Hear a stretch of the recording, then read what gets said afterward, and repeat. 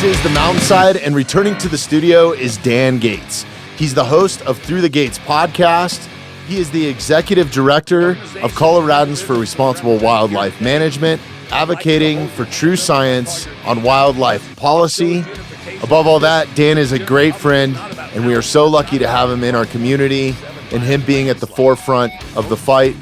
Like always, this was a great conversation with Dan. Enjoy the episode. Here we go. Good. Dan Gates, welcome back to the Mountainside. Thank you very much. It's been too long, first of all. You've been traveling around the world. You're like a celebrity now, you know? I don't know about that, man. Well, you're running from the law, maybe. No, luckily not that anymore. I used to all the time. I was like, it was crazy. But sorry, I'm going to try to wash my mouth here because we're co-releasing this too. I need to be a little bit better with that. So it'd be like that. Well, maybe we'll bleep that part out. Japanese voiceover. Right. But it's great to see you, man. I know you've been running and gunning like crazy. Yeah. I have been too with the new business setup and everything that's going on. But man, I am so thrilled to have you back in here. Thanks. I'm so thrilled to have you still fighting on wildlife policy after the painstaking stuff that you go through personally. Even though you haven't been in studio, we still talk. Oh yeah, every other week at least, right? Yeah. It's almost like a bi-weekly conversation. And yeah. Typically, we should just record those phone conversations. Well, maybe not. Maybe not. no. There's a lot. There would be a lot of Japanese voiceover. Yeah. But man, since you started Through the Gates, and I know that we're co-releasing this episode, it has taken such a weight off of my shoulders here at the Mountainside. Yeah. Because I don't have to talk about wildlife policy or I don't have the brain power. I don't have the brain power that you do. You can send them to that. That's exactly what I do. So like anytime somebody comes in and a guest asks me, they're like, what's going on with wildlife policy? And I go, Tyler, pull up Through the Gates. Yeah. This is the best podcast to go and listen to on Colorado wildlife policy. Yeah. So yeah, man, I'm thrilled to have you back in here. I guess because I've been so busy and traveling, I haven't really had a chance to catch up with Through the Gates through maybe the last like 5 or 6 episodes. Right. Which I'm an avid listener, so they're in my queue, and I know how many I'm down. So we haven't bored you to death yet? No, man. No? Your guests are awesome. Yeah. Like the old guy that fought a mountain lion with the 2x4. Like, if you haven't listened to that, it's not just wildlife policy, too. Right. Like, your guest list is just some really amazing We've people. been fortunate, and while we're trying to transition from utilizing and piggybacking off of you and other locations, you know, Sean Ender, our cinematographer, our producer, has been great.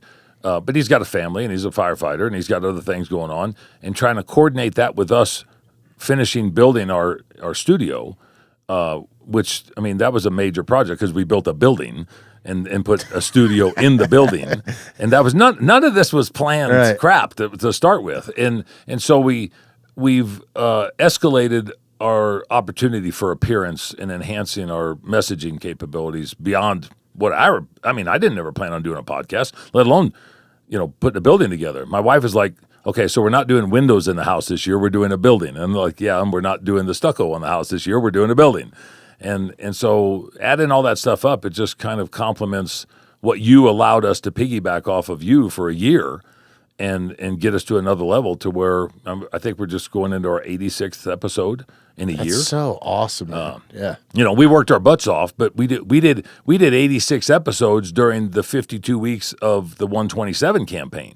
So between everybody else's podcasts and what we've done with Through the Gates, I mean, that's like 172 episodes in, 2 years. You're kicking our ass. Well, I mean, we don't have the following you have. We don't have the fighters and the good-looking tattooed people that you have. We get guys. You beating. can have them. Yeah. Trust me. Like, you just call me. Anybody you want on the guest list on the Mountainside, you're part of the community, and that's what the Mountainside is about for me. I only let certain people into the circle. Yeah, and I'm honored to be a part of Through the Gates and be able to help that. And man, you're just a machine. Like, I still have a chip on my shoulder. Yeah, yeah, and I love that. I think that's part of the maybe that's where the fighter mentality. I never was a professional fighter, but I would always I'd get my ass kicked, but I'd throw down with anybody. Yeah, and I'm old enough now. I'd prefer not to do that. That's why I play politics. Yeah, but there's a level of enthusiasm and endurance that goes along with that. And it's just I don't believe in quitting and giving up. You just keep chugging forward. That's not always the smartest thing to do, but it's the most logical thing for what we have to deal with in Colorado right now. Yeah, and it was funny, man. I was just talking about this like 2 episodes or 3 episodes ago, and I can't remember exactly who I had in. That's how busy I've been. But we got on the subject of like fighters and just people in general, and how like all the professional fighters I know, they're the last guy you'd find in a bar fight or in an alley fight, right? Because they're not getting paid for it. Yeah, exactly. So like having that sort of mentality, like you're fighting for a reason, man. Yeah, and I think money. There comes a time when you have to figure out what's most important, and the way that politics is played out in Colorado and the Western United States, for that matter. I mean, Colorado is not by itself. It's just that Colorado has a significant amount of attacks going from many, many, many different levels. New Mexico has the same challenges. Now they're talking about Wyoming, for crying out loud. Look at Idaho and Washington, Oregon, what's going on in Arizona and California. I mean, this is not a one-off. It's just that we have a gubernatorial administration and a general assembly, a general legislature that has not been favorable to a lot of things that Coloradans as a whole have stood for, and the tradition and the heritage that goes along with that. But when you have elected officials, you have to live with the consequences, or you have to turn around and figure out how you're going to survive until you get other elected officials, period. And most people don't play that game. And that's how we get taken advantage of. And that's how things get, we could talk about a variety of things today, but the stuff that is being introduced through the legislature and that is filtering over to the Parks and Wildlife Commission, and what's happening at the State Land Board, and what's happening through the Department of Agriculture, and what's happening through the Department of Health. These are not one-offs. This is an attempt to change the way Colorado is, but there's many other people in many other states that are trying to change their states as well. Yeah, firearms and gun policy, like that's you another thing. See the prostitution law they just brought up? Yeah. They want to turn around and make prostitution legal. And maybe somebody thinks that's right. Maybe somebody thinks it's wrong. But don't we have more important things to worry about besides if you're going to have the ability to pay for sex? Not to mention what you're going on, like you still have, I don't even really want to get into this, but you talk about human trafficking and some of the stuff that like Jeremiah Wilbur's doing and like Heidi War Stout. Party movement. Yeah. And there's so many people, all these churches around here, that's like their big thing that they're pushing. Yep. Man, I hate to say it, man. It's good versus evil when you're looking at some of these policies. When you and I started these conversations, it was specifically about one subject. Yeah. Now, all these things were still going on at many different levels, but the one subject was Initiative 91 that became 101, that became Proposition 127, and then Ordinance 308, the fur ban came out of that. That's the nucleus that brought you and I together, and that invigorated and cauterized the community and the nation to some degree, because they're the ones that helped generate millions of dollars to be able to turn around and fight these efforts and beat them. But we're still fighting them. We're still fighting them at other levels. And we're fighting them on many different levels to the point to where the gun stuff is elevating. We look at the fur bear stuff, or the mountain lion stuff, or the wolf stuff, or anything. I mean, there's so many pieces of legislation and attempts on a lame duck governor to get out of office on January 12th, 2027. But what he can do between now and then is pretty remarkable, given the people that he's got on his side and the partisan relationships that are there on the Democrat side of the aisle. Yeah. It's scary. It's a freaking mess. And it seems like it's Colorado, from a national standpoint, is almost a test market for some of these gun laws, if they can pass it here, they're just going to move to our bordering states or the next most probable state that has the biggest left-leaning You hear side, over right? and over and over, this would be the first time in the history of the United States. This is the first. We are pioneers. This is the first time, and I'm like, why do we got to be the first time on everything? How about trying to? I mean, when you start looking at we're the first time when California hasn't done it yet, or we're the second time when we have followed California. When Jason Mikesell was in your studio that I interviewed, that's running for governor, Teller County Sheriff, and he said multiple times through his advertisements and what he does through him running, that I want my Colorado back. I'm not so sure it's his Colorado. I think it's a lot of people's Colorado. But even some more liberally minded individuals that are left of center, but not far left, they're like, what happened to my Colorado? I mean, when they start talking that way, and you see Right. that legislatively and you see it otherwise, I think that's that middle-of-the-road, independent, unaffiliated voter that is like, okay, well, I'm not far left and I'm not far right, but I'm somewhere in the middle, and by God, you're somewhere in the middle too. Can't we turn around and figure out some way to be in the middle? I would say that's 95% of Mountainside listeners too. We have people that don't hunt. We have people that hunt. We have people that are avid hunters. But it seems like we have the extremists that come on and throw some grenades into our comments and stuff, but we don't read that shit. Yeah.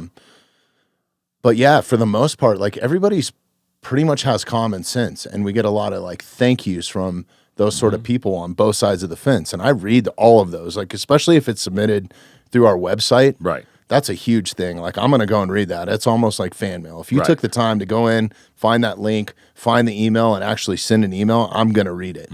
You throw something in the comments, I'm not going to read it.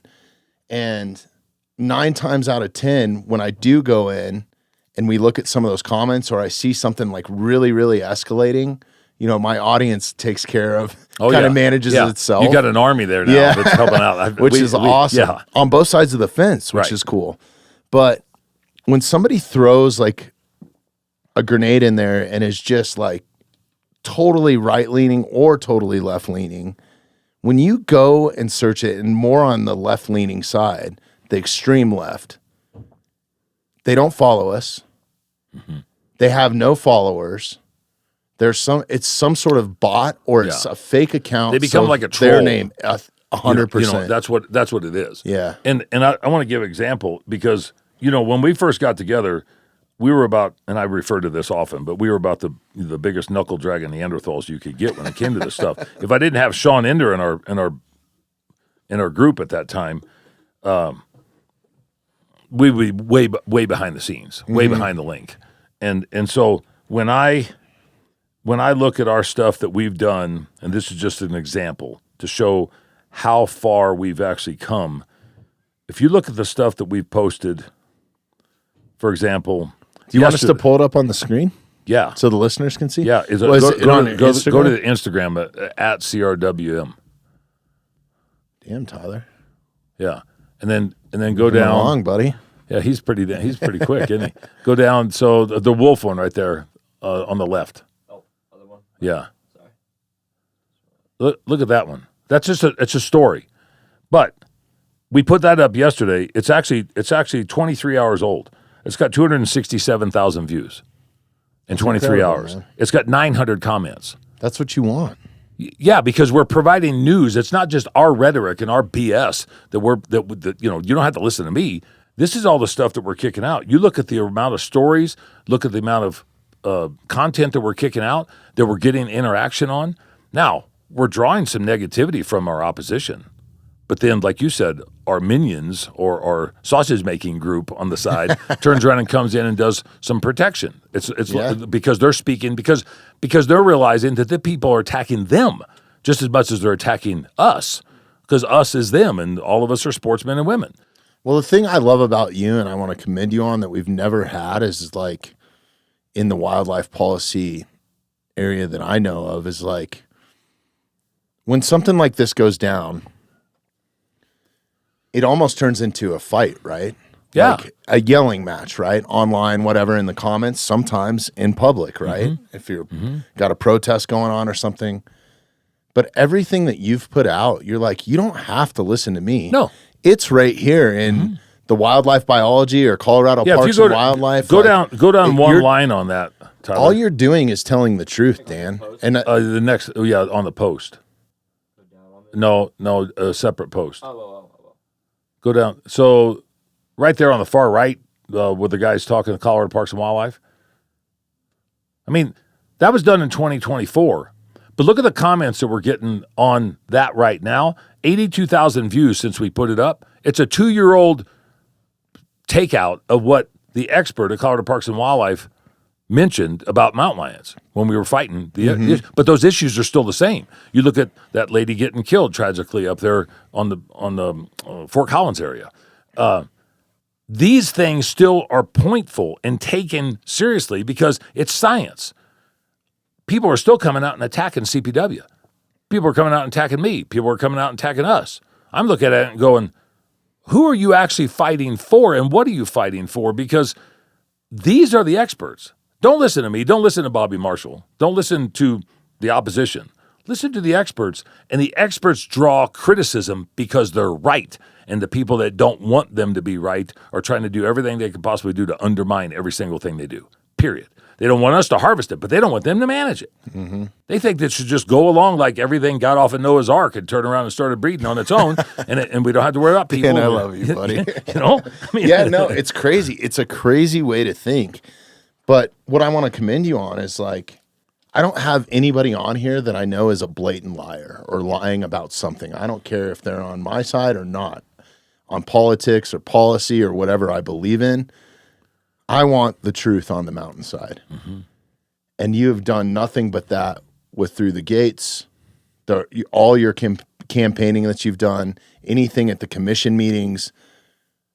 Like, that's probably why you're still here. Yeah. Right? Yeah. Is you're just a truthful, honest human being telling the truth, and the organization. I want people to understand the reason that we have what we have. And people can have different opinions and perspectives, and things can be left for interpretation. However, what I said at the last commission meeting when I waited to get up and testify, I said something to the effect, and probably not verbatim, but if somebody wants to go back and correct me and see if they fact check me, I'm wrong.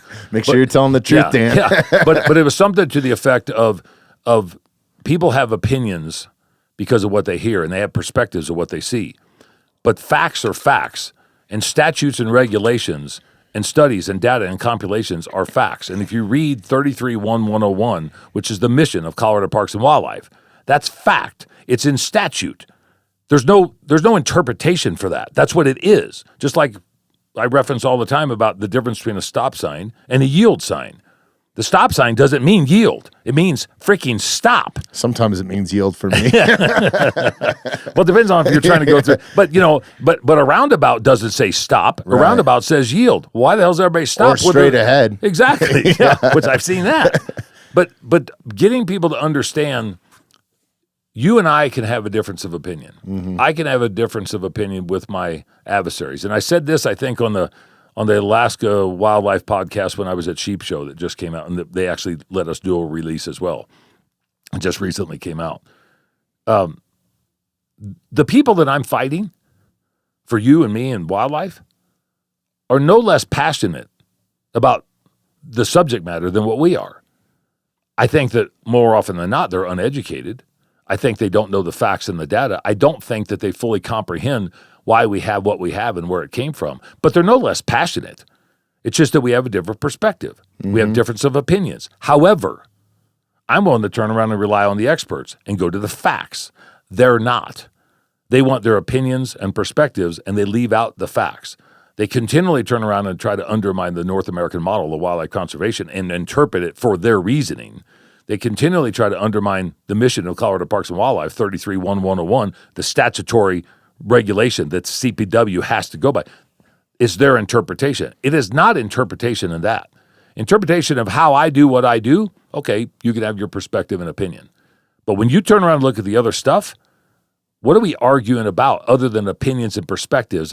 And they don't want to argue about the facts. They just want to turn around and change it. I know. That it's like they're trying to change the science. And if you took the left and the right out of it completely, right, or two sides, it doesn't matter where it's coming from. If it's wrong, it's wrong, right? If it was the extreme right that was trying to cull every mountain lion on the mountain, yeah, that would be just as bad, and we'd be fighting against that. Oh, yeah. Right? Yeah. I think that where we've gotten, I did a podcast, I think it was episode 80 of ours, of Through the Gates. And Sean did a fabulous job of editing some of the sound bites from the First Gentleman and from some of my adversaries, Mark Searles and Samantha Miller, with Project Coyote and Cats Aren't Trophies. Now she works for the Center for Biological Diversity. But he did a fabulous job of editing because on some of them it sounded like I was in the room rebutting what one of them said off of their podcast. It wasn't what I quoted, it's what we played back of what they said. Mm-hmm. And if you look at how some of that language came about, they really, really honestly believe what they say. And then I think that there's some misguided direction on some things that they're not really sure what they believe, or they don't really understand the logistics or some of the reasonability of some things, but they really believe what they say. The thing is they're not getting their facts from anything factual, right? Maybe a BBC documentary right? Or interpretation of things I've heard more often than not, just like right after the election of 127 in 2024, when they went to the commission 2 weeks after and turned around and tried to interject their philosophy on revamping the East Slope Mountain Lion Management Plan and getting the commission to turn around in some way think about reversing what the will of the people just did. Because they said, well, okay, yeah, that wasn't as we didn't win like what we expected, but the people really meant for you to do this. Okay, that's not really the case. The people meant for them to turn around and not prohibit the sale of fur or not prohibit the harvest of mountain lions and bobcats. They have a way of saying, well, that's not what people meant. But they don't say that when it comes to the wolf side of things, because that's what they got. I'm at a point now to where we've roughly got about 11 months left of this governor. And we've got multiple things at the legislature, and we've got multiple things at the commission, and we've got multiple things that the governor is going to continually trying to impose or restrict or prohibit. I don't know what his capabilities are of executive orders, but look what a president does when they go out and they turn around and make a bunch of executive orders to change things. It gets Western. These are the worst times to have a politician in office, honestly. Yeah, especially because a politician that's agenda driven. Yeah, that has their plan of action. And you talk about happy wife, happy life. Well, I think that's the case in the governor's office right now. Sure. When you turn around and look at the first gentleman, it's not a happy wife. Yeah, it's happy husband. Yeah, happy. Yeah. What's rhymed with husband? I don't know. I don't know. I don't know what that rhymes with. I can't make a nursery rhyme up about that. I don't know what that is. But Marlon Reese has got a particular affliction about consumptive use, whether it's domestic or wild. Mm-hmm. And he doesn't think for any reason that things should be harvested, whether it's for avocational pursuit. He might say that he doesn't mind the food side of it, but if you listen to what he said during that podcast that I turned around and quoted on episode 80, food is political. And I mentioned this during the Alaskan Wildlife podcast. That makes me so mad. You're going to make my blood boil I know. right now, yeah. I mean, we all know that food is political. No, we don't. Yeah. And it shouldn't be. It's necessary. Nobody should be able to tell me that I can't plant an apple tree in my backyard. Or that I shouldn't be able to turn around and take a regulated license from Colorado Parks and Wildlife to attempt to go harvest what I decide to eat for myself or use for myself. Food is not political. And as soon as you get politicians or politicians' spouses and relatives who are agenda-driven on different levels talking about the politicalization of different components of everyday necessity in life, I find that tragically overstated and almost undermining to how do we live a life that we want to live when you're talking about food is political. If food is political, what the hell are guns? Come on. We have to have some sort of reasonability, and I think that shows the logic and the underestimating of people to realize just where these things and these conversations go. It's scary as shit to me, because we're just riding a razor's edge, I feel like, with all this policy. On everything. And everybody's looking at Colorado. Yeah. On a variety of different things. One little hiccup or one little mistake or one bad turn, it can almost turn into a landslide. It's almost an avalanche effect, right? Oh, God, yeah. Because if they can get a few things through, then it's like, okay, now our test market is good. Let's flood it. Look at the rifle barrel ban. Yeah. You're going to have to turn around and do a background check through a federal firearms dealer to get a rifle barrel. But that's not even on the federal level. That's not even mandated on the federal level, right? That's just Colorado. It would be the first in the country. We can do first in the country again. Is the NRA or any of these organizations stepping up to the plate on that? I know that multiple organizations. You can't take on all that. You're trying to fight wildlife policy, is what I'm getting at. And that's the thing is there's some pushback But I think this is a prime example that other states should be aware of, that when you have such an agenda-driven mentality from specific individuals, organizations, and entities, most organizations can fight or rebut something.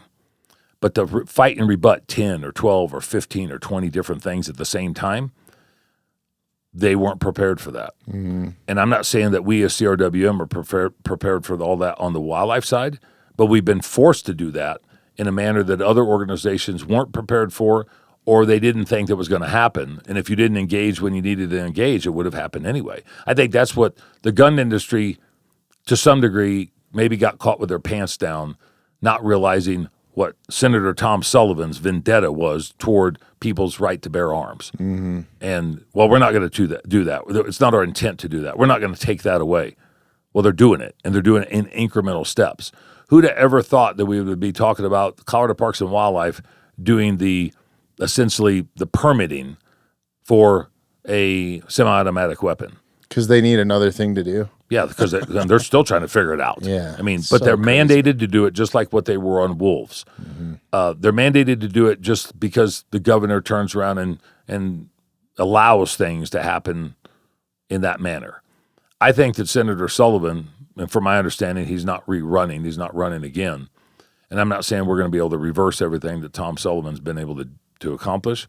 But people have to wake up and smell the roses, because if we're going to turn around and start this hypothetically here, if we're going to start regulating parts of weaponry, I mean, who's to say, okay, you can have a lawnmower, but you can't have a blade on it. You can turn around and have a stove, but you can't have pots to cook on the stove. I mean, it's similar to that in the sense to where that barrel will do nothing other than sit there by itself.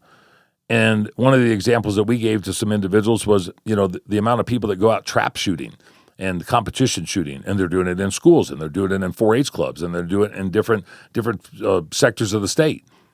A lot of those guns can be interchangeable barrels because they're trap and skeet. Maybe they're modified or improved or whatever. There's chokes that go in some of them, but a lot of them are different barrels, different lengths, different thicknesses, and different sights and stuff.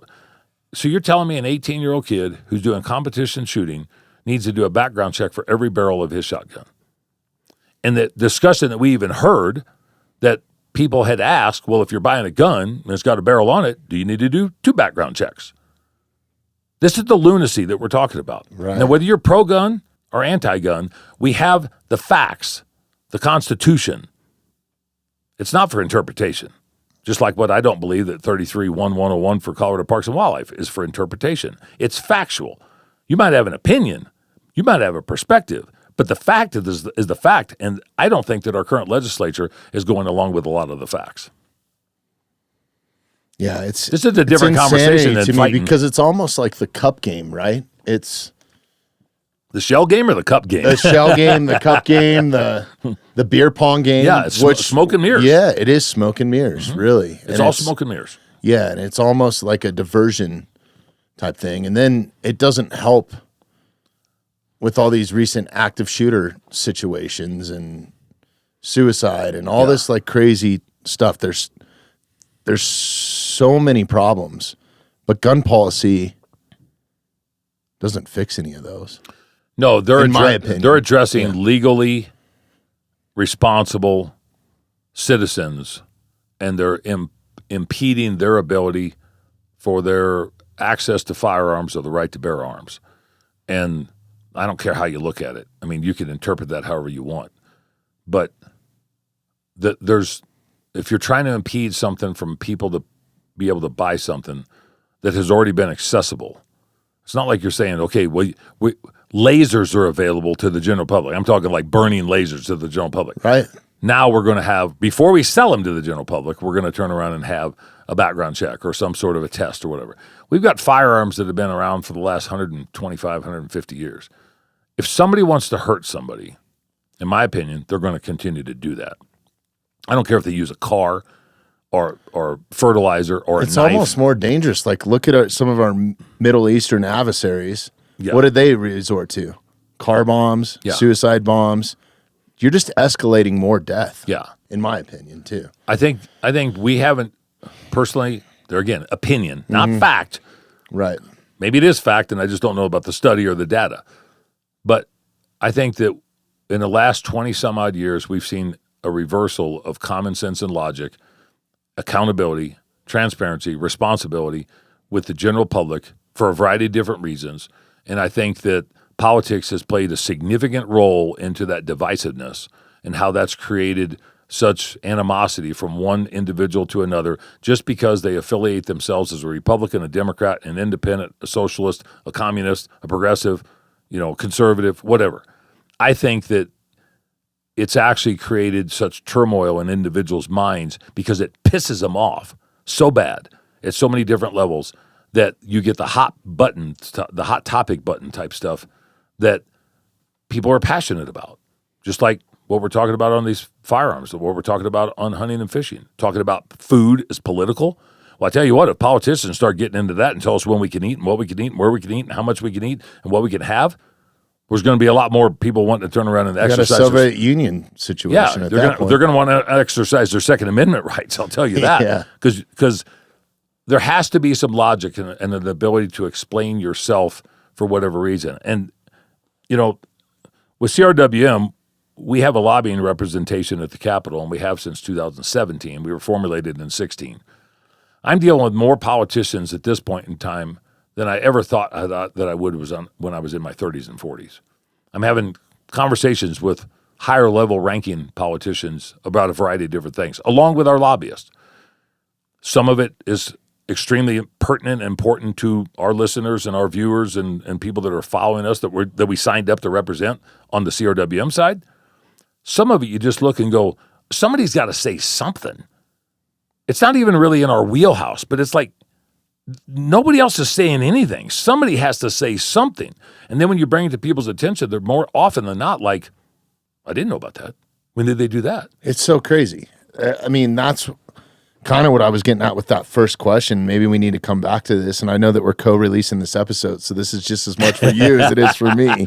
So you drive the conversation wherever you want this to go. But just to catch me up and our listeners, especially on the Mountainside, because we put out so many different episodes. Like a lot of our episodes are feel-good episodes. Yeah. All these last two, or this one and the previous one, probably not so much, because I want to do some impactful stuff, right? I want to do some impactful things for the community. So to catch the listeners up, even though that you and I know the answer to these questions, and probably a lot of the people that listen to Through the Gates know what is happening because you talk about it on a pretty much weekly basis, sometimes twice a week. What all are we facing right now in Colorado that you're combating? Well, I'll give you an example. And by the time that you air this and we air this, it would have probably already been decided upon, at least for the first committee. Mm-hmm. But it's just an example, and I was just telling him before we sat down. Senate Bill 62 is an attempt to where you won't be able to kill a mouse in the state of Colorado or a rat in the state of Colorado.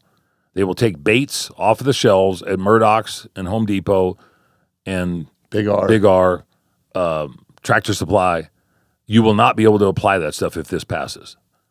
I won't be able to apply it as a licensed pesticide applicator if it passes. They don't want you to kill it. You won't be able to use a glue board in the state of Colorado to turn around and either catch insects because you might catch a mouse. They will ban and prohibit that if this passes. So what about a good old-fashioned mouse trap? You can use that, but that's the only method you can use.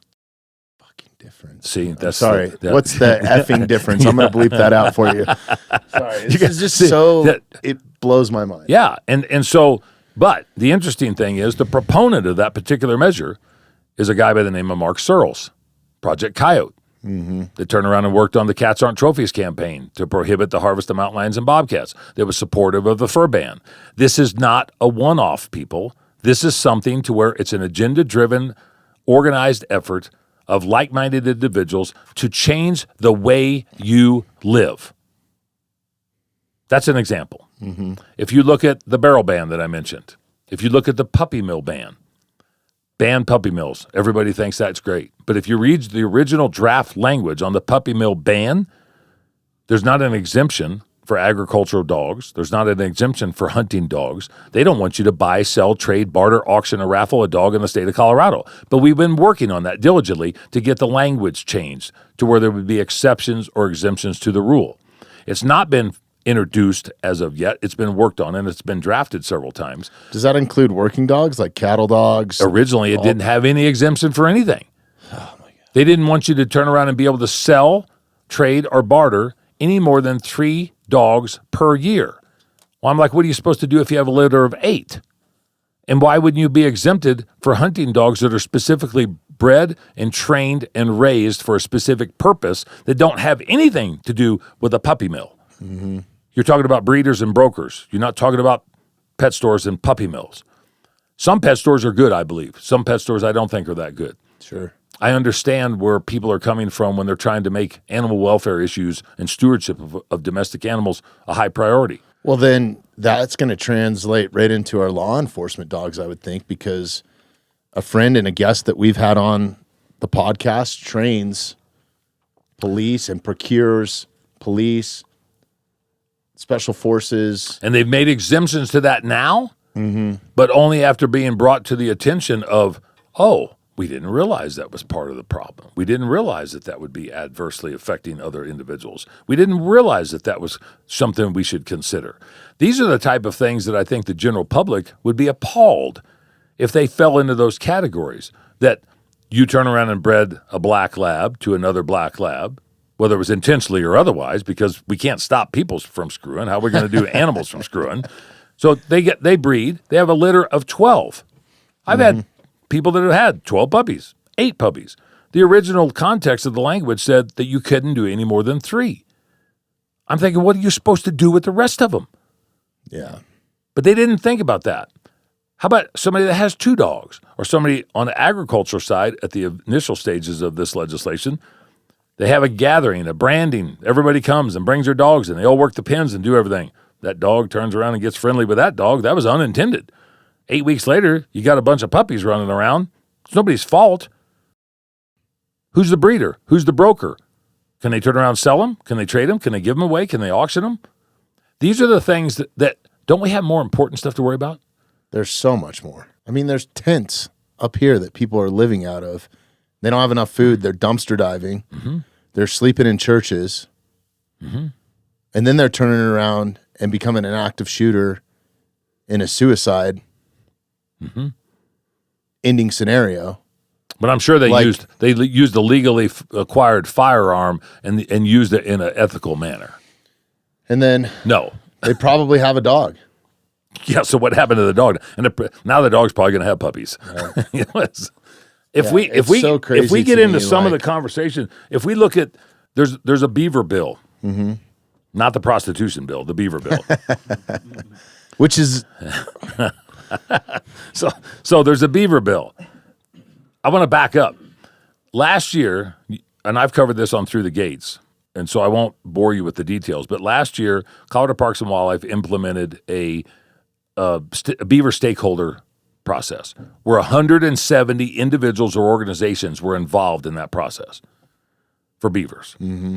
At the same time, they implemented a fur bearer stakeholder or focus group, and it was myself and some of our comrades on our side and some of the adversaries on the other side. We actually had 4 or 5 meetings together. Some were separate, some were together. But during that process, we were told we couldn't talk about beavers because there was a beaver stakeholder group going on. So CBW was forced to come up with 2 documents. One was the Beaver Stakeholders Management Strategy for the state, which went through its first reading at the last meeting in January. It'll be second read on the March 4th and 5th commission meeting that we're going to be talking about as well. But at the same time that they're trying to compile all this information just on beavers, which is part of the classification of fur bearers, but we can't talk about beavers because that's a separate deal, legislators are now trying to run a beaver bill to prohibit the recreational take of beavers because of wildfire resiliency issues. Now, beavers are very adaptive, and beavers are great for our landscape and our ecosystem and natural cycle of what we do for, habitat management. But they're not going to solve the problems of every single thing. And the minimal amount of recreational harvest that happens with beavers for opportunity and for management is not going to turn around and be detrimental to what beavers could do or couldn't do as far as wildfire resiliency, because of the amount of beavers that are harvested is very minimal. I can't think of anybody that I know, and I'm around hunters all the time, that traps beavers. There's about 380 to 500 beavers a year that are taken on public land for recreational purposes in the state. And what do we think the beaver population is? Somewhere between 60 and 90,000. And that's by CPW numbers. Wow.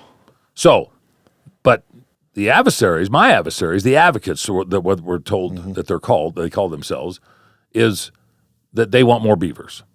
Well, I do a wildlife control business, and I do beaver mitigation, and I've attempted to try to do beaver translocation for the last 30 years. Some has worked, some hasn't. More often than not, it doesn't work because of the time of the year, the elevations, trying to take beavers out of one location, putting them in another location, and expecting them to survive. Regardless of my expertise, the experts at Colorado Parks and Wildlife have said this is what we should do. And the advocates, or my adversaries, have said, we want to do it this way. And now the politicians have said, you need to do it this way. Once again, we have undermining entities trying to derail and erode and degrade what Colorado Parks and Wildlife scientists and experts have come up with on a 125-page document. Here's the plan that we have. This is what we're going to do. This is what we're going to do to translocate. We're going to have quarantine facilities, and we're going to have processes where people can turn around and call these entities, and they can have the beavers live trapped, safely, humanely trapped, to translocate them at some other location for a specific time of year, because there's only about 6 weeks, 8 weeks out of the year that you can do it and expect them to survive. Because remember, beavers don't turn around and really eat off the landscape. They have to have a food cache. They have to have a house. They have to have all of these. Yeah, it's like pulling an individual out of his house, dropping him at 13,000 feet and asking him to survive. Exactly. With no hunting experience. Yeah. You don't even give him a knife. You just turn around and say, here you go. Even me, with all my hunting experience, I don't know that I would survive. You wouldn't want to be translocated? But at the same time, the legislature is saying, we need to run this beaver bill. Well, it's so crazy to me that here's another prime example of what's in the best interest of the species is listening to the scientists that are actually boots on the ground and help manage that particular species. And they've written, how many pages did you say that? 125-page strategy management document. And the fur bearer one was 87 pages. Okay, so what's the opposition's plan? They want to just go back to natural and take all human consumption off of it. No management, no take. They don't have any science behind it, right? Well, their science is when they look at things like Yellowstone, for instance, how things have been solved in Yellowstone, they always refer back to Yellowstone, like it doesn't matter. And now they're referring to Rocky Mountain National Park. Those aren't human-inhabited locations with agricultural production. And how about fly fishing and anglers? Yeah, I mean, you just put everything together at every single level, and it comes back to a managing or governing agency that should be making the right decisions, that has the ability to be able to do so. And they don't do it on a moment's notice. They do it through many years of compilation and data collection and studies to be able to turn around and see the ebbs and flows and peaks and valleys of so much of what we're talking about. To keep that species as sustainable as possible, right? I'll give you an example. The night before the fur bearer meeting started last year for the fur bearer working group, the Center for Biological Diversity launched their effort for a fur ban for the petition to go to the commission the night before, with a representative of Center for Biological Diversity sitting on the fur bearer working group. Multiple times, if you heard last summer, there were some commissioners, several particular commissioners, that said on a hot mic that they wanted that petition, the fur ban petition, heard before the completion of the working group and the study that was designed to turn around and do exactly what the two sides were trying to come together with, some sort of ideology or consensus. But some of those commissioners didn't want that process. They said, doesn't matter what's going on. We should hear that petition. That petition is relevant. Now, luckily, the chair and the agency turned around and convinced people not to put it on the agenda and hear it. But this is the strategy. We want the working group Oh, as the working group's getting ready to start, we want the petition. Oh, before the working group completes, we want the petition heard. They always want to get the cart in front of the ass at every single level. And I'm fearful that over the next 11 months, we're going to see more and more of this, not just in Colorado, but look at what they're doing in New Mexico. Look at what they're doing in Arizona. Look at what they're doing in Washington and Oregon. If you look at that IP-28 in the state of Oregon, if that thing gets enough signatures to get on the ballot, which it very well likely might, no telling where that goes. And that will create an animal sanctuary state for the entire state of Oregon. And you won't kill a mouse, and you won't catch a fish, and you won't have a chicken, and you won't lay eggs, and you won't breed a cow, and you won't do anything. That's so crazy. And that's the mentality that they would like to impose here. And it's been starting and gaining some traction because Marlon Reese and Governor Polis and some individuals from the animal rights community continue to elevate that up. Remember, I'm sorry to interrupt. Remember Governor Polis's Beef Out Day? You know, okay. Yep. That was on the livestock deal. There again, political. You're telling people what to eat. Maybe Marlon Reese is right. Maybe food is political because the governor turned around and said, we're going to have a Beef Out Day. Where do they want to go and how do they want to end up? It doesn't align with my ideology and my belief. We ought to have a tofu out day then. Well, I can think of a lot of other out days. So I get down a rabbit hole because all this stuff is just so convoluted. There's so much of it. And unfortunately, a lot of the times it's not coming from the people that are actually affected or even live in this state. No, a lot of it's coming from outside. I mean, the Center for Biological Diversity is based out of Arizona. Now, they've got Samantha Miller, whatever the hell they hired her for. I mean, she loses a big election, then they turn around and hire her and give her more power to do some things. Nothing would please me more if we can, and by the time this airs, we'll know, but nothing would please me more if we defeat Senate Bill 62, and if we could turn around and work through what we're going to talk about on March 4th and 5th at the Parks and Wildlife Commission meeting, if we can hold some of the things back and let science prevail and take some of the stupidity and the lunacy out of these conversations, that I'm hoping that, well, I don't know how this will happen. And if she listens to this, because they troll me just like all your enemies troll you, I hope that we could turn around and smack them hard enough to where she gets fired from that job. Let her go somewhere else. Let her come up with something else. Let her get another job. Because animal rights extremism is not a profession. It's an attack. Yeah. It's a terroristic attack on people's ways of life and tradition and heritage, the way people need to live, want to live, have to live, and the science backside of that turns around and provides that they want to turn around and undermine every single aspect of it. I'd love to sit down and debate her. We had a chance to. And I had other commitments, and Jerry Abker during the 127 campaign stepped into my position.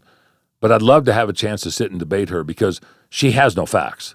Do you think that she would come on a podcast or something? Or I don't think it have to be a public. Podcasts are public, but yeah, I don't know. Yeah, it'd be interesting to see. It's just interesting to see. They've tried to elevate. I think it would position. be great for the state of Colorado and our country in general to have more of those debates through a podcast or something. Just I'd challenge her to it, but you want conversation. You want to talk factually? I'll bring my stuff. You bring your stuff. Yeah. You want to give the facts and data, and if you want to continually talk about things about the will of the people, I concede the fact that the way the wolf deal turned out wasn't the way I would like it to turn out, but I realize that we lost. Do I think it was handled appropriately? No. Do I think we should do ballot box biology? No. They talk about the will of the people, but they don't acknowledge the will of the people on 308 and 127. Well, and it's an absolute mess right now, what they're trying to clean up and try to manage. Like, how do you... Yeah. You can't manage it, obviously. Like, look at what's happened in, was it been a year and several months? Well... Since they first introduced wolves several years ago, we've lost a significant amount of the wolves that have been brought in here for introduction or reintroduction. And was it done appropriately? I think if it was done in a more timely, laid out, strategized manner, it probably would have been more beneficial for the people, for the state of Colorado people, for the wolves, for the other wildlife, for the managers. But we know how that turned out, and Governor Polis tried to expedite that, and he actually even turned around and tried to push the commission to do that during the Stakeholder Advisory Group and the Technical Working Group when the statewide management plan was initiated. I know because I sat on it. Yeah. I was on the working group. I was on the Stakeholder group. And I think that for the most part, we probably have an opportunity to get people involved, but there's so much turmoil on the politics side that they don't know where they need to get involved at. They're always coming up with an attack. What's next? How do you do this? You've seen the quotes in the post on the social forums. Yeah. I'm moving. I'm getting the hell out of here. You should move. I've moved before, and I can't stand it. I mean, we did have more people move out than we did move in last year. Was it all for the politics side? I don't know. Maybe it was economy. Mm-hmm. But I have to believe that there's a certain amount of the population that's trying to figure out, do they belong here anymore? Or will the pendulum swing back to some level of in the middle? When Jason Mikesell said, I want my Colorado back, I just don't want that Colorado. It's not necessarily that I need to get mine back. I just like it to be in the middle to where I can spend more time doing the stuff that I want to do, how I want to live, what I want to eat, where I want to go, who I want to socialize with, as opposed to playing politics because there's 100 people at the legislature and an administration who appoints people that turns around and tries to divide and conquer for their particular agenda, and they don't care what people think or what they do. Look at the last 8 years, and if anybody's got an argument to that, I'd be open to have that conversation, but that's not the way it's been. No, not at all. It's made me consider leaving Colorado. Mm-hmm. I know so many people that have left Colorado for business reasons. Yep. That has been brought down from legislation. Yep. Taxes, property taxes. Like, you start looking at all these things with everybody with their hands in the cookie jar. How much do you think of wildlife policy is money driven? Because that's another thing that doesn't make sense to me. It's like the amount of revenue that hunting and fishing creates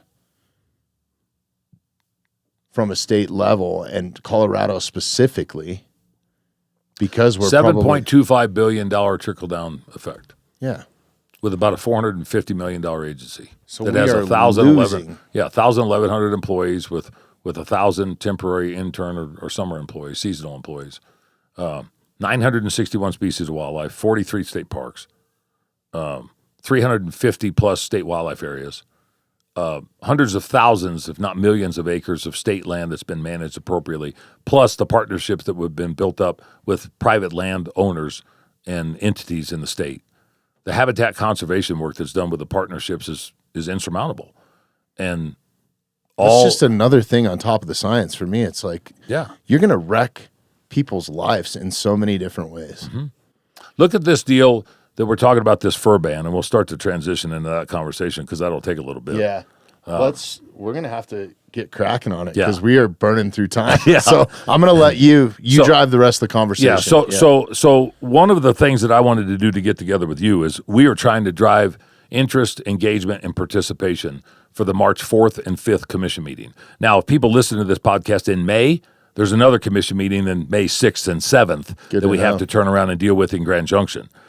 But the impetus of this is an attempt to circumvent the will of the people on Ordinance 308, which we defeated with the Hands Off My Hat Denver campaign. We defeated in the city and county of Denver in 2024 with all of our partner organizations, the ag community, the other sportsman community, by 17.5 points in one of the most liberal city and counties, highly populated city and counties in the state. Samantha Miller has now come back with the Center for Biological Diversity, and I told you about the petition that they filed right on the eve of the Fur Bear Working Group. And that petition is something that the commission is going to hear on March 4th. And I will read just a little bit to where people, if they're interested in this, if they're not, turn this crap off and don't listen to me anymore, because this is affecting the same people that attempted to affect before on a local level to a state level. And I just want to caveat on something too. Even though this pertains to Colorado, this is a national issue. Yes. Because it's going to go to the next state.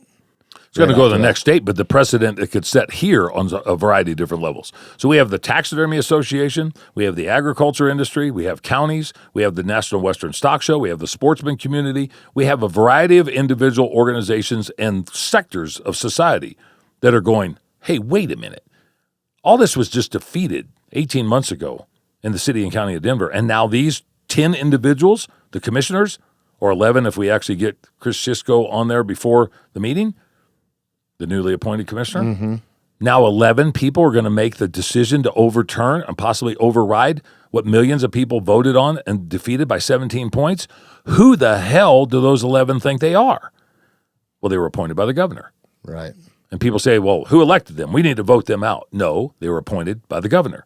And the governor's termed out. So for the people that don't pay attention to politics, we can't vote him out either. He's termed out, so we will get a chance at another governor. This particular rulemaking notice says, pursuant to the authority granted under CRS 24-1, the undersigned petitioner respectfully submits this petition for rulemaking to the Colorado Parks and Wildlife Commission, requesting an amendment to prohibit the commercial sale, barter, or trade of wildlife fur in Colorado. The proposed amendment covers only the for-profit sale of fur-bearing parts, including hides, pelts, skins, claws, and similar items with limited exceptions, and does not impose any restrictions on the hunting or trapping of fur bearers. Commercial wildlife markets have historically inflicted deep and lasting harm on North America's native species and ecosystems. In the 19th century, unregulated markets for meat, hides, and other wildlife parts drove dramatic population crashes and, in some cases, extinction. American bison, the North American beavers were decimated, and the passenger pigeon was lost entirely. These market-driven declines prompted a national reckoning and led to one of the foundational conservation frameworks in the world, the North American model of wildlife conservation. Now they're taking our stuff, what they've constantly bastardized, and said you should get rid of it. It has no place in modern wildlife management. It's part of the Antiquities Act. You should get rid of it. They say the core tenet of the North American model is the elimination of commercial markets for wildlife, which helped restore many species through habitat protection and science-based regulations. However, the North American model, with its origins in the 19th century, excluded exemptions for the sale of fur-bearer parts, rooted in the historical assumption that regulated fur trapping would be sustainable.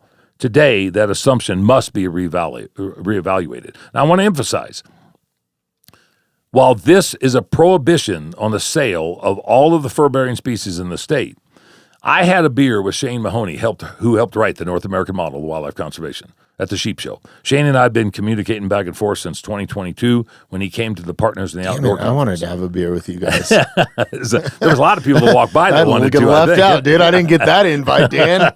Were you at Sheep Show? No, I was at Western Hunt. Yeah. and or SHOT Show, I think was going on. You were SHOT Show at the same time. Yeah. But Shane told me specifically that the reason that they allowed exemptions under the North American model when they wrote that for fur-bearing animals is because the market-driven side of things, primarily to decimate most of those populations, was meat-driven. It was trying to turn around and supply a meat market for a growing western expansion of human population through the western United States. People shot at willy-nilly and killed. And the tragic part of our wildlife conversation over the course of the last 200 years. Do I agree with that? No, I didn't agree with it. No. But I didn't live in that time either. Plus, they didn't have the food storage that we have now. They didn't have the food storage. They didn't have the agriculture production. They had expansive population growth, human population growth. The deleterious actions of what they did then are nothing compared to the regulated, highly regulated, science-driven side of wildlife management now. None of that existed then. Mm-hmm. And none of that really relates to modern-day hunting or trapping. No, it's regulated to the point now to where there's such a level of regulation on hunting and trapping of fur-bearing animals that people don't realize that the reason we have what we have, especially when you look at fur-bearing animals in the urban rural society side of things, a lot of it is that they can survive in and around human populations very well. Sometimes to the point to where they become a nuisance. Sometimes to the point to where they become depredation specialists when it comes to chickens and turkeys and small game and coyotes and wolves and stuff on other animals. the deleterious actions that were created 125 to 150 years ago are exactly the reasons the model and the tenets of the model were somewhat established under the guides of former President Teddy Roosevelt and the comrades in arms that he was dealing with at that point in time. What Shane Mahoney and Valerius Geist did was create the model itself and put it down into 7 tenets. And we've covered some of these tenets before. But it's interesting that this petition, who wants to stop every single thing that the model stands for, references the model as something that they see as wrong and needs to be corrected. They don't care about how much we have. They care about the fact that nobody actually utilizes it, harvests it, and there's not a management tool to be able to turn around and incorporate that into their ideology. Their opinions, their perspectives, not facts. There's a component of the model that says wildlife should be used for a legitimate reason. It defines fur-bearing harvest as a legitimate reason. My adversaries refuse to acknowledge that in this petition. They don't mention the legitimate reason. They talk about market hunting, the market hunting of game animals for their meat, and the extirpation or extinction of those animals 125, 150 years ago was not part of that regulated process for a legitimate use. So when we go to argue this on March 4th, and that's when we're likely to see this come to before the commission, it's probably going to be a spectacle that if you're around, you would want to see. Because I think it's going to be a line drawn in the sand between animal rights extremism, the agriculture industry, sportsmen and women, elected officials, people that care about the North American model's tenets, but also care about current modern wildlife management and resource management, that understand that we are part of the ecosystem and we are part of the biodiversity conversation, and that what they want cannot happen unless we get rid of all of us in the process. They don't understand that what CPW or what the California Game and Fish or Missouri conservation officers or whoever you look at that manages the nation and North America's wildlife, they are trying to make it better with a growing human population and a habitat restriction that continually gets undermined and eroded by a variety of things from society. And we still have more wildlife now than what we had 150 years ago. They don't look at the compensatory loss. They don't look at the roadkill. They don't look at the disease. They don't look at the nuisance side of things. They don't look at human health and safety. They don't look at any of the wildlife propagation in perpetuity. They don't look at how things were compared to now. They keep using this brown cloud mentality that the sky is falling, and if I kill 3 coyotes or 4 bobcats, that I'm going to be detrimental to the population to cause extinction. Which it's the actually only real regulated predation or accidental death is humans as the apex predator. They don't regulate how many beavers are taken by wolves or, raccoons the human or whatever. Here's the deal. Statistically, the human side of fur bearer offtake is about 1% to 2% of the total take. About 1% to 2%. I mentioned a bunch of the other reasons, whether it's predation, whether it's territorial disputes, whether it's disease, whether it's roadkill, whatever. How about river flows? That plays into it. Right? You dam up the river you dam up a river, and then the next thing you know, you're flowing it off the other side of the Continental Divide because of monetary issues, and somebody needs more water than this side. I think there's studies that go well beyond what most people would consider to be beneficial to the overall cause. And my adversaries will utilize specific locations. Maybe it's a drainage in Arizona. Maybe it's something that happened in Yellowstone. It might be something in Idaho. Maybe they reference it in South Carolina. But then they turn around and use that as a broad-based deal that one instance can be applied and applicated for every single component of that specific species that they're concerned with. Maybe it's beavers. Right. Maybe it's pine marten. Maybe it's swift fox. We've got 17 species in the state, and I would guarantee that if I brought 7 of those pelts in here or showed you pictures on the screen, that the majority of the people could not identify each one of those and decide what they were, where they came from, and if they can be legally harvested or if they're threatened or endangered. 3 in the lobby right now. I think I brought him to you. You know?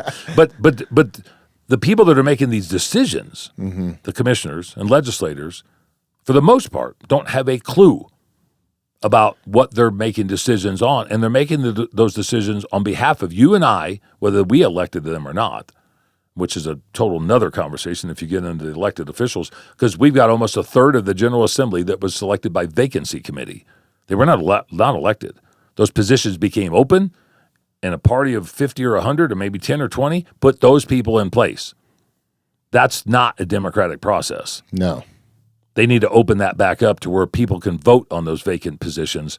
And if it costs more money, so be it, costs more money. But I hate the idea that individuals can turn around and just grab Bob down the street because they think he's going to be good for their cause. 100%. And I think, you bringing up that point of them taking their studies from other states or other locations, whether it be Yellowstone or something, the first thing that comes to mind is like, it's a 2-lane road that goes through Yellowstone and Grand Teton National Park. Yes. It's not I-70. Yes. Right? Yes. So every species is different and impacted differently in different environments, and that could be from the western slope to the Front Range. Well, and I want to mention the fact that the public perception of things comes from you just want to kill more stuff, and we always say that they don't want us to kill anything. Mm-hmm. I think there's an even balance when it comes to sportsmen and women's perspectives of what they want to engage in and how they want to engage in that activity. Colorado's mission is to turn around and provide opportunity with regulated management and regulated harvest and science, and to do that for the visitors and the people of the state of Colorado. In November of 24, right after 2 weeks after the election, Jerry Abker, the former carnivore fur-bearer biologist for Colorado Parks and Wildlife, and myself, representing the Colorado Trappers and Predator Hunters Association, filed another petition. This was 7 months before the fur ban petition. This one will also be discussed and voted on by the commission on March 4th. Ours has to do with science. Ours has to do with data, and it was never heard, so it's going on 16, 17 months, not been heard. Why? Was there an agenda? Is it because food becomes political? Is it becomes the way that people look at, we don't want that to be heard because it'll undermine what we're trying to do?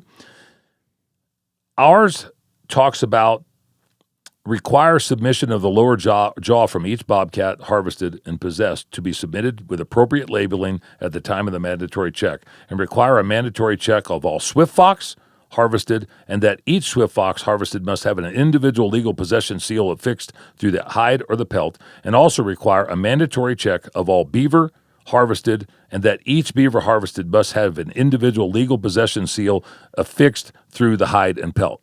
And that would determine exactly how many are taken, exactly if they wanted to collect more data, they could turn around and compile more data off the bobcat studies that they're doing by taking the jaw, specifically in those areas where the studies are, and compile that data appropriately to where you can build some science-based data to not only argue, but prove the fact that the fur-bearing species, all 17 of them, are being appropriately managed and regulated to the best possible science that CPW has. Ours is a 2-page document. Theirs, to stop all of this, is an 11-page document. Ours was science. Theirs is 0. Stop it.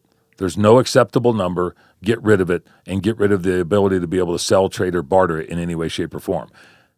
I need to emphasize this is the exact same context of what Ordinance 308 was. However, they changed one thing. They talk about you can sell the product of a beaver felt cowboy hat or a fly fishing lure or a fishing lure that has fur-bearing parts on it. You can sell Native American crafts, but you can't sell the product to make the product. So if you got a hat, you can sell it, but you can't turn around and sell the beaver to turn around and make the hat. You can sell the fishing flies and the fishing lures, but you can't sell the product to make that product. That's where they divided this up, because they thought that they saw a chink in the armor from the Ordinance 308 campaign, because when we turned around and called them out on that, that's what the voters said. Wait a minute, my dad wears a cowboy hat. I've got a 100X O'Farrell hat, or you've got a Stetson or a Resistol. Wait, my son wants to fly fish. We're doing fly fishing trips next week. They're going to ban and prohibit all that, they're still going to turn around and cause undue harm to the entire industry. And that's why the fly fishing community is coming out in full force for this to the commission.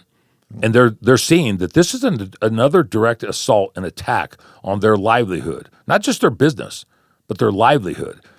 And even the fly fishermen themselves, with the organizations like Trout Unlimited and any of the major fly industry organizations, are acknowledging the fact that natural raw material is much better than the plastic fluorocarbon material of turning around and putting in our waterways. So much better. But that's not being talked about unless the fly fishermen bring that up. These are things that the general public needs to understand, that regulated harvest and utilization of a natural resource is going to happen no matter whether somebody allows for a harvest or not. But you still have the compensatory loss. You still have the roadkill. You still have the nuisance side. You still have the depredation side. You still have the legal harvest side where somebody wants to go out and do something with it and take it to a taxidermist. The taxidermist couldn't replace that animal because he couldn't acquire that animal if it fell apart in the tan or there was something wrong with the hide and it fell apart. He can't replace that for the customer because there's no legal harvest.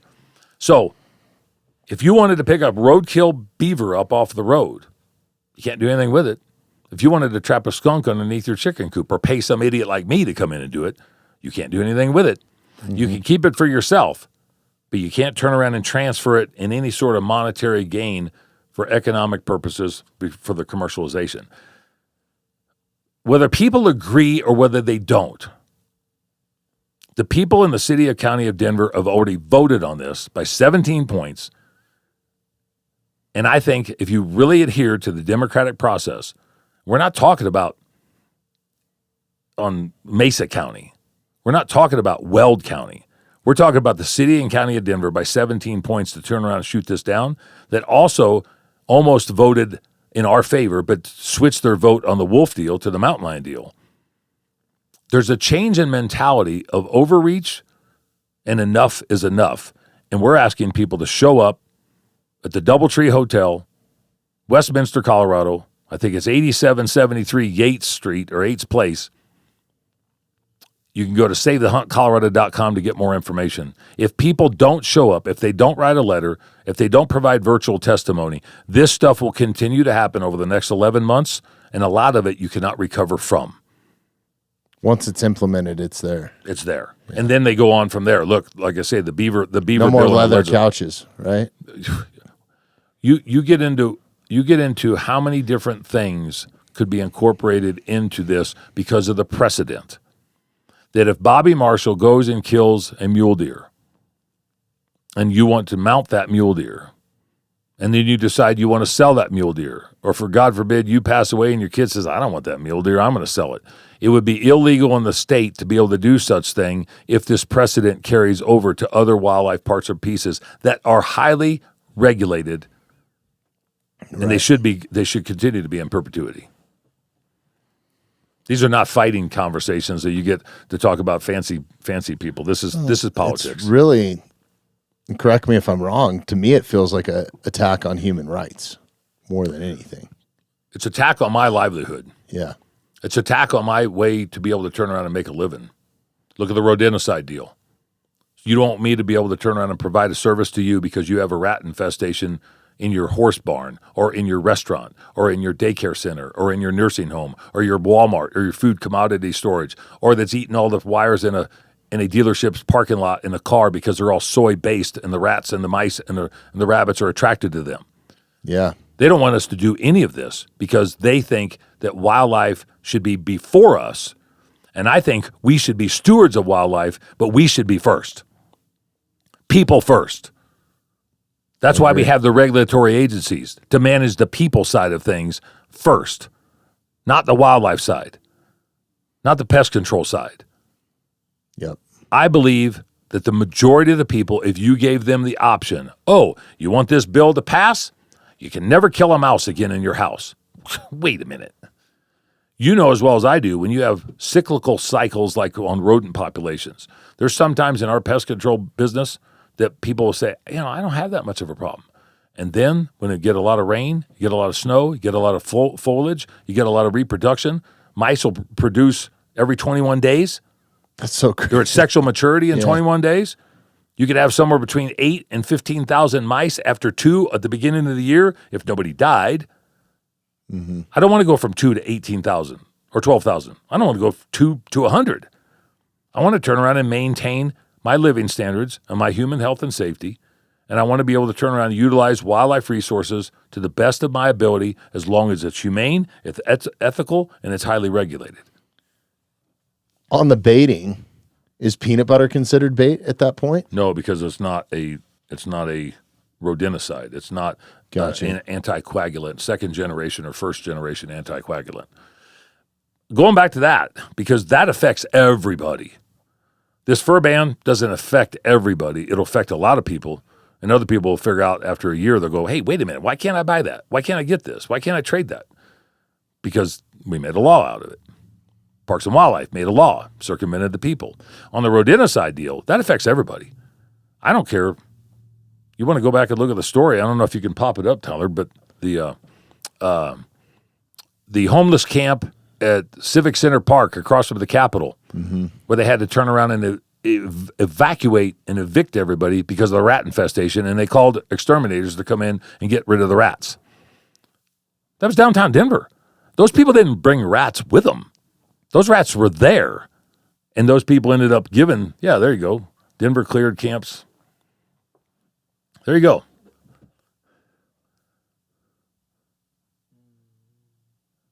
Yeah, rat infestations. That was in 2020 and 2021. Saw hundreds of rodents with, for example, official identifying rat trees where the pests burrowed, forcing comprehensive cleanups and temporary park closures. This is something that happened in one location. But there's not a place that you go in the city and county of Denver, or in Evergreen for that matter, that if they service food or if they are open to the public, that they don't do some sort of rodent mitigation. Especially mice. Yes. Us here, I have to mitigate mice in my house all the time, and our house is sealed up. You leave a door open. We do places in our pest control business that are 8, 10, 12,000 square feet that are 3, 4, 5, 10, $15 million homes. Some are full-time residences. Some are part-time residences. They have mice, and because they build houses in the middle of a giant field on a 1,000-acre parcel, and they've got the things that attract the mice. Maybe it's a water feature. Maybe they turn around and feed horses. Maybe they turn around and feed wild turkeys. Maybe they feed birds. Maybe they just turn around and live like people live. Some live clean. Maybe they have a toaster. Yeah, maybe they have a toaster. Yeah, Leave those breadcrumbs out. Something's going to come and eat them. There's so much that people need to look at and say, boy, that sounds like a good idea. Well, wait a minute. How's that going to affect me? Right. How's it going to affect where I go to eat? Do you want to go to the restaurant and see a mouse running around?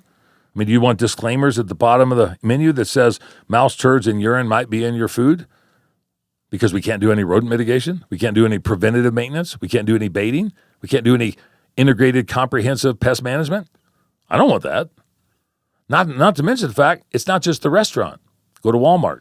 Where's all that stuff come from? It's packaging plants. It's delivery. It's transfer stations. It's commodity storage. It's shipped on buses. It's shipped on trucks. It's shipped on rails.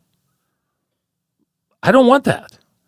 And the people that are trying to impose this, like Mark Searles with Project Coyote, I would love people to turn around and get a hold of him and say, who the hell do you think you are to turn around and try to tell me how I'm going to safely live to create a healthy environment for my family or my workplace? Not to mention controlling disease. I mean, the one place where I find mice more times than often is in the dog food. Like if my dog hasn't finished his food and I don't empty her bowl at night because I just spaced it out, I'm tired. Sorry. You're effing tired. I'm freaking tired. Well, Through the Gates is not perfect. So. Okay. I couldn't remember if you guys were completely clean, but I'm trying to be as clean as possible. No, I got on a rampage a couple episodes ago, and I got on my side too. And we've tried. I learned from some other guys, and some of that comes from switching gears here, but some of it comes from what algorithms and analytics pick up on. Yeah. And then if they're flagged or something. Yeah, if you say it enough times in the first 5 minutes, it'll just tank it. Exactly. and so, but it doesn't bother me a bit. Yeah. I mean, I think people need to have an open expression, especially if they're talking about politics, because you got to vent somehow. I would encourage people, if you haven't engaged at a commission meeting, come to March 4th and 5th. We really need the support. We need engagement. We need people to show up. We need people to turn around and lock arms. You don't have to speak. Just show up. Numbers. When we did the rally at the Capitol, October 18th, 2024, for the Mountain Lion Initiative, people felt empowered. They were part of a group. They brought their dogs and their kids, and they brought their signs and stuff, and they didn't know what they were doing there. But they heard about this rally. And we had 400 people. It was like 34 degrees and crappy weather. We had an opportunity to unite the fight to save the hunt, and that's exactly what we did. That's what we're trying to do now. We just need to duplicate that, replicate it to the point where I want 3 times as many people as what was there, because there's more issues on the table. Right. You got the wolf compensation stuff going on probably on the 5th. You got the 003, the semi-automatic permit protocol that's going to go on probably the 5th. You're going to have all the fur bearer stuff probably the 4th. And there's probably going to be some more things that are going to come up in between now and then, I would imagine, right? Based upon my belief of the governor's interaction with this setup, he's not going to sit idle and let this type 1 enterprise agency with a commission make its own decisions. He's going to inflict his personal perspective and opinion. And it goes into the personal perspective and opinion that I talked about at the beginning. He doesn't like facts that are going to be detrimental to either him or Marlon's perspectives and opinions. That's the fact of what we have to deal with. Right. And if somebody really wants to see a cluster, I almost said it. If they want to see a cluster, then turn around and try to go to one of the committee hearings at the Colorado State Capitol and get engaged to the point to where just watch. You want to see what people have elected and what vacancy committees have put in? Go to the House chamber on a very contentious subject. Anybody that saw One Flew Over the Cuckoo's Nest and then combine that with Silence of the Lambs and a 3rd grade kindergarten food fest? That's what the House of Representatives in the state of Colorado is doing right now. Yeah, it's appalling. It's tragic. If people saw what those legislators do when they get into a heated argument, I would hate to say that that's our representatives. The Senate isn't as bad, but there's less of them. You got 35 senators and you got 65 representatives. But you want to see some absolute lunacy and stupidity? Watch how these people interact. Childish, unprofessional. The civility and decorum is almost out the window. Now you get them on a private conversation, completely different people. But when they're there in the heat of the battle, somebody should turn around and video that and make some flipping clips, because that'll turn people's stomach. And that's what people are deciding on our behalf, whether we voted for them or not. Right. Sickening. Yeah, it is. It is messy. We're coming up on time, so I don't want to ask too many questions to close us out, Dan. What else do you want to bring up? I think we're sitting at like an hour and 25 minutes now. So if we go a little bit more, I want to continually emphasize this. The March 4th and 5th is our deadline. We have to have a show up of there. We have to have a unite the fight effort there, because if we don't, then the May 6th and 7th meeting in Grand Junction is worthless. We have to have 2 duplicative efforts. March 4th and 5th at the Westminster Doubletree, May 6th and 7th at the Grand Junction Convention Center.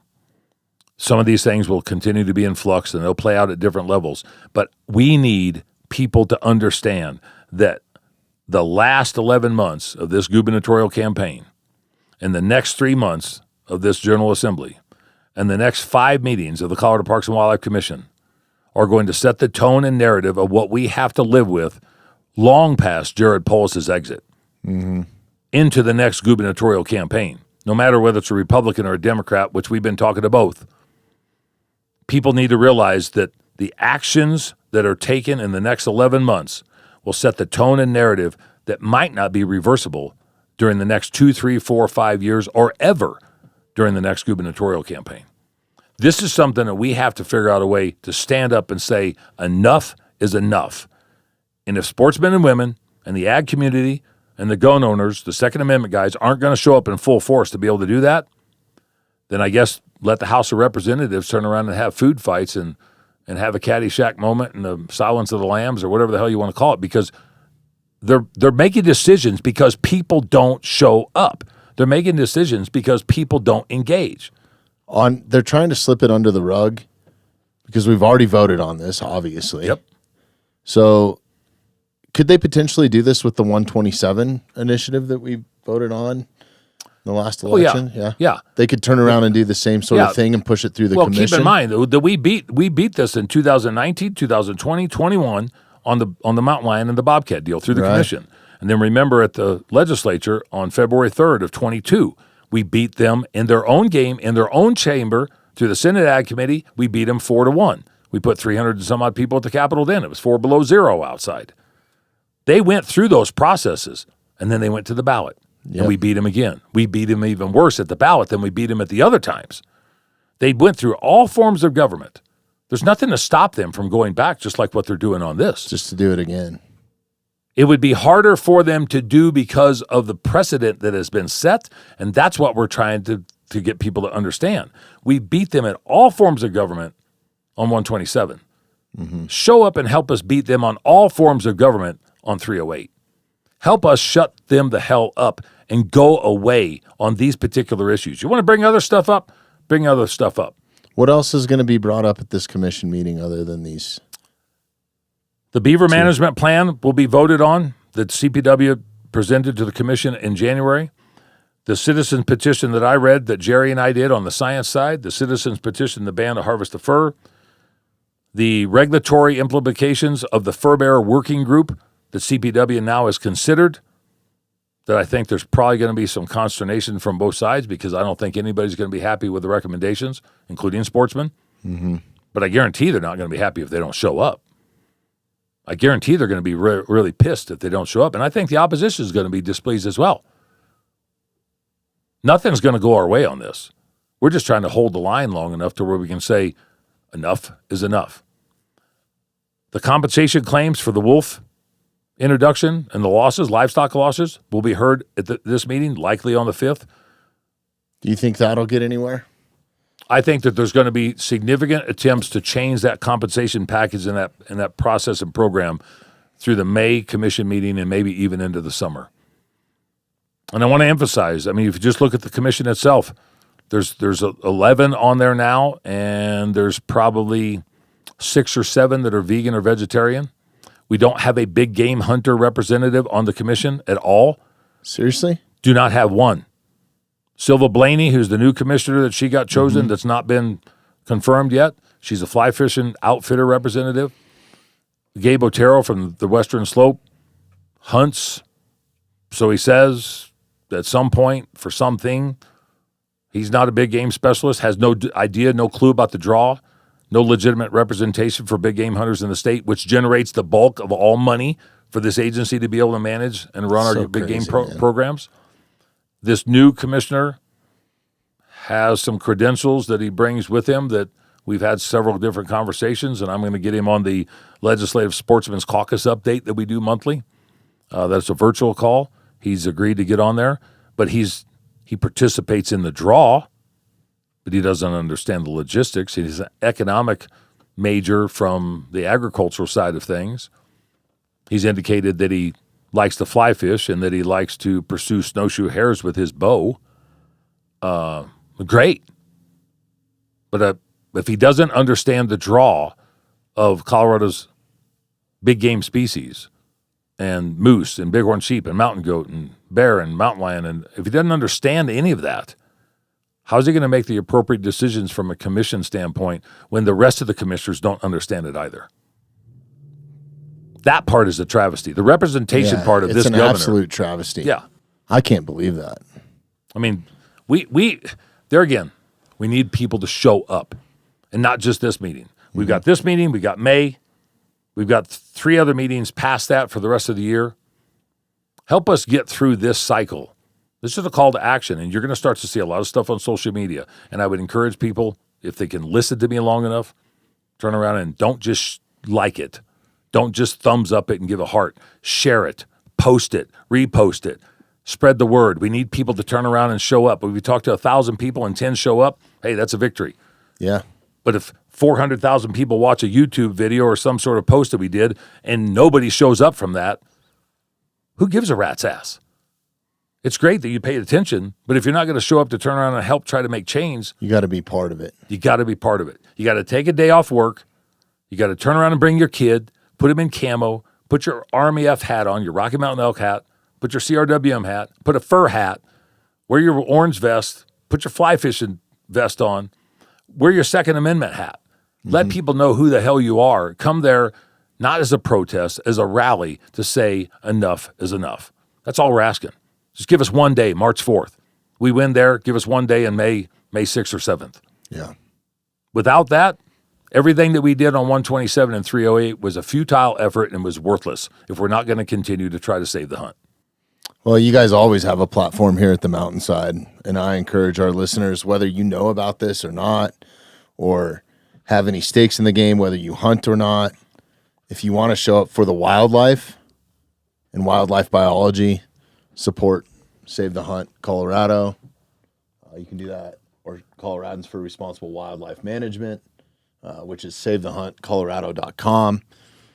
We'll have links in the show notes to all of this. And is there like a live link where people can go? Do you have to register to go to the commission meeting, or can you just show up? No, you just show up. You show up that morning. We're asking people to be there early that morning because, I mean, we got a larger venue than 6060 Broadway. It's at the Doubletree Hotel. But the amount of people that we anticipate they're going to show up, if you want in the room, 450 people, we would like you to get there early. If anybody's interested, more information. They'll probably hit a capacity at some point. They're going to hit capacity. We'd still like you to be on site. Sure. We'd still like you to be on site. And we've got a couple secrets in the bag that we're going to turn around and try to do to keep people there and make their day experience a little bit more enjoyable. Some add-on bonuses and some food service and stuff for our side, not the other side. That's why we're serving some meat. That's what's product. so crazy about the wild game thing is like, you'll have some of those Democratic people come out of the Capitol and they're eating elk and deer and advocating against well, hunters. So there's going to be some changes on that this year, I think, too. So that might be worth some sound bites. Yeah. But, go to SaveTheHuntColorado.com. There'll be some additional posts and stuff on there. Follow us on Instagram. Follow us on Facebook. Coloradans for Responsible Wildlife Management on Facebook. CRWM on Instagram. We're making significant headway. And keep in mind that we're talking about stuff that the majority of people don't like to talk about. This is not about ballistic coefficients and new bow draws and where to go in Cancun and how to get to New Zealand. This is the nitty-gritty of the stuff that our community has to figure out a way to support. Don't let me forget, I have an incredible idea for you. Okay. We're going to Bora Bora. That would be an incredible idea. No, I was just at Western Hunt, and not really to bring this up or go down this rabbit hole, and I just feel like we've lost so much momentum. During 127 and that whole thing, you had all these celebrity hunters, and they were doing B-roll for you, and this is my call to action to the podcast community, and I know that we have a bunch of those guys that listen to the Mountainside specifically and listen to your podcast for sure, but it's like I just didn't see much at Western Hunt this year on the conservation side. Everybody's got their new bows and their new ammo and their new rifles and the baddest ass pants and the waterproof this and the all that sort of stuff, but I didn't see a whole lot. And a ton of outfitters, right? That their livelihood is dependent on that, and a ton of people from Colorado. Not a lot of conservation talk going on there. It goes on behind the scenes, but the problem is when it comes to the decision making of trying to restrict or prohibit the hunting and fishing and trapping side of things, that it's almost like it's out of sight and out of mind, unless it's in your face. Right. Just like what we did with 127. For some reason, 127 resonated with enough people, and I think we started off well, and we turned around and hit the ground running, and we had a tremendous amount of support. This is different because you have to get people to go somewhere for a decision of 11 people to make the decision on. Whereas the other one was the vote, trying to get 3.5 million voters in the state to be able to do something that everybody else could see. How the hell did we get to this commission side? Like, how did this end up this way? The governor, especially with nobody on the board that actually is a participant. That's one of the errors and omissions that we see in this entire commission process. And you can look at other commissions around the country, and they have some of the same problematic things that they're dealing with. But the way Colorado's set up, well, I would like to change that, but it's not changed. Mm-hmm. The way Colorado's set up is the governor gets to turn around and pick those people that supposedly fall into these slots of criteria. But if you look at the individuals that are put in those positions, oh yeah, I like to hunt. Okay, well that's not really what the statute says. Oh yeah, I'm a Democrat. Oh no, do I need to be? I'm a Republican. Okay, well then they register ahead of time before they change their affiliation. Some of these positions have not been chosen for the legitimate representation. And I can be critical by saying, people that have signed up over the course of the last 8 or 10 or 12 or 15 years maybe should have been there and maybe shouldn't have been there. But I can say since Governor Polis has been in there, there's been a lot more questionable appointments about representation. Because while some of these people might be really nice people, do they represent me? I'm about as hunter as you could get. And if you can't get 3 individuals to check the box on something that I'm interested and concerned about, where I've been so integrated into this agency and into the management side of things, appointed by Polis to the Habitat Stamp Committee and confirmed by the Senate, appointed by Hickenlooper, turned around and sat on the Wildlife Council for 8 years and was chair for 3. I was chair on the Habitat Stamp, sat on the Sportspersons Roundtable, turned around and sat on how many other things at different levels for an 8 or 10 or 12-year period. And none of those 3 people that are selected really, I feel like, represent me. Something's wrong with the selection process. Yes. And people need to pay attention to that, because those people who you didn't elect but somebody else appointed are representing you, and they need to hear from you. Period. It's the only way we're going to change it, right? It's the only way you're going to hold the line. I don't know if you're going to change it, but it's the only Probably way not going to change it. Yeah, you're right. Yeah. All right. We're not asking for people to fight. You don't have to turn around and come in your ninja suit and your gas mask and stuff. We need people to show up and be civil. Please don't. Yeah. That's just a scar. Yes. Yeah. Yes. We need people to come up and be responsible, be relevant, be professional, be a civil. good representation of our community. Yes. Because, you do any crazy annex like that, it's not helping. No, and in this society that we're dealing in right now with. And I hate to revisit it, but the Charlie Kirk side of things, or the assassination attempt on President Trump, look at what happens at these other rallies and the confrontations and all that. This is something where people need to understand. We come with different opinions and perspectives to try to get to the best result with facts. And if we can't do that, we have no business showing up there.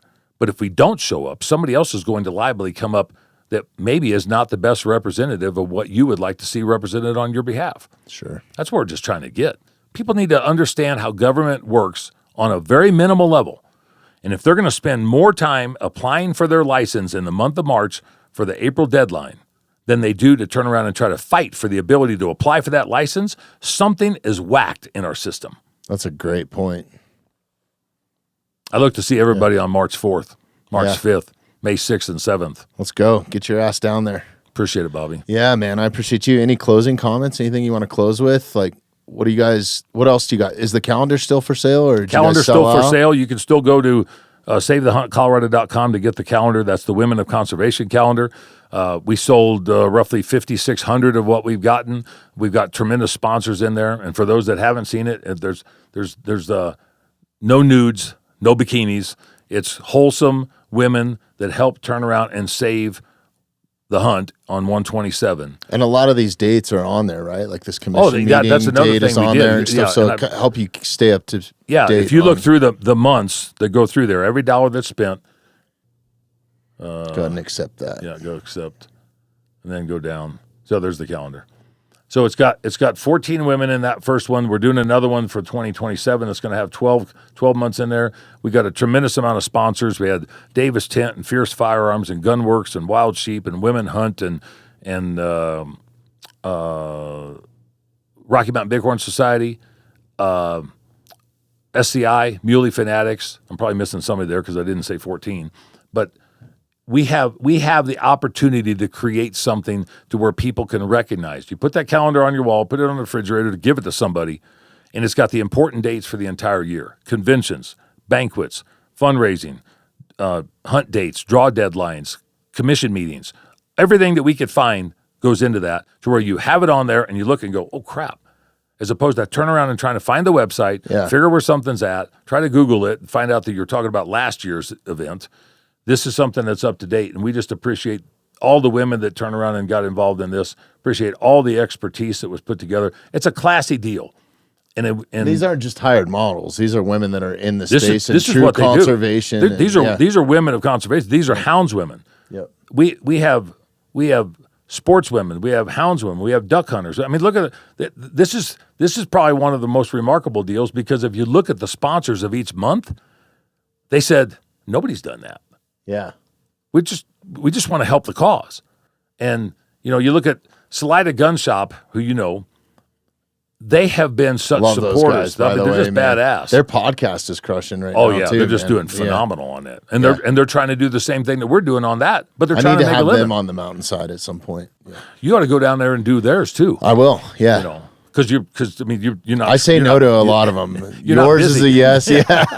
You can do mine one day I and need then to go go down there. to their gun shop just to It's buy badass. some stuff before August. Yeah, and it's really badass. But no, this is just part of the message that we created, and we're just trying to get people to understand that we're not selling destinations and we're not selling product except for some of the stuff that's promotional type stuff.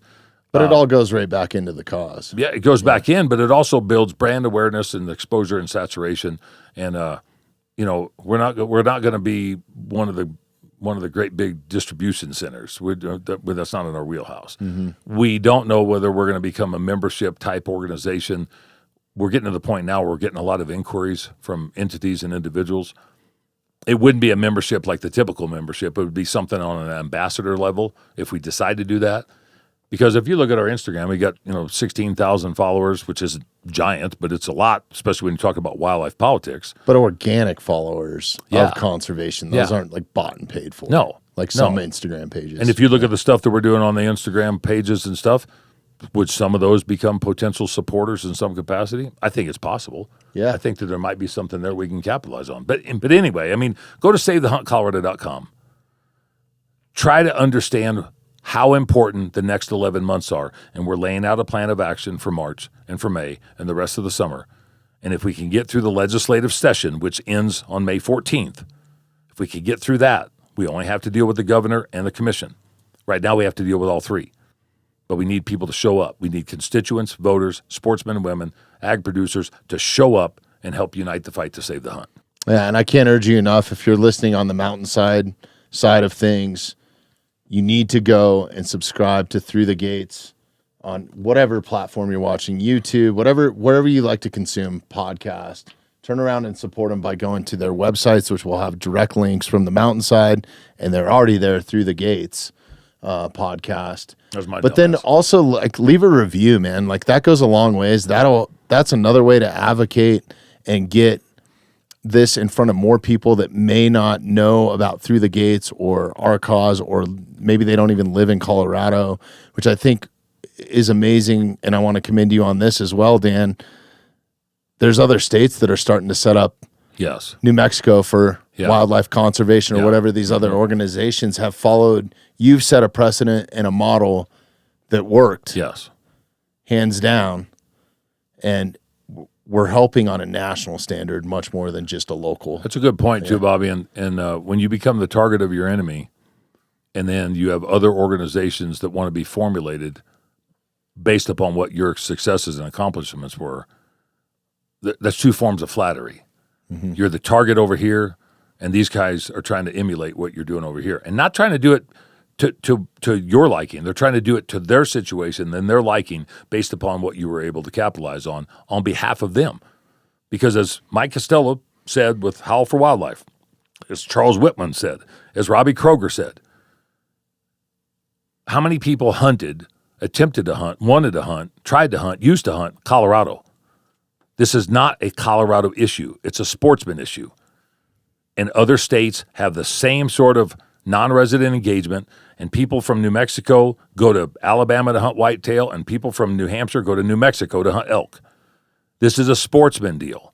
And if we turn around and let that fall at any single level, who's going to fight for the other options in these other states? 100%. I just appreciate your friendship and opportunity. Oh, man, I love you, man. You're welcome here anytime. I'm happy to help in any way that I can. And, yeah, I urge everybody, these next 2 commission meetings are the most important. Yep. But then also, go leave a 5-star review, or good or bad, leave a review. Comment. Call me we names. hope that they're good. Yeah, we hope that they're good, because that only drives the message that much further to people that might not be able to show up to the commission meeting. But yeah, both of those things. Dates for the commission meeting, March again? 4th and 5th. Okay. We need people there specifically for the 4th, but it wouldn't hurt to be there for the 5th. But we need them there for the 4th. We need them there for both days, the 6th and 7th of May. The agenda will come out like 10 days before that, and we'll have a better idea. But right now we're telling people March 4th and 5th, Westminster Doubletree, 8773 Yates. You don't have to sign up for anything. You don't have to be a Colorado resident. Nope. You want to do your spring break? Bring a copy of your hunting license. If you're listening to this, bring a copy of your hunting license, and there will be an opportunity to maybe not leave sight and get some food before you. But you got to have a copy of your hunting license. Awesome. I'm not feeding the antis. Yeah,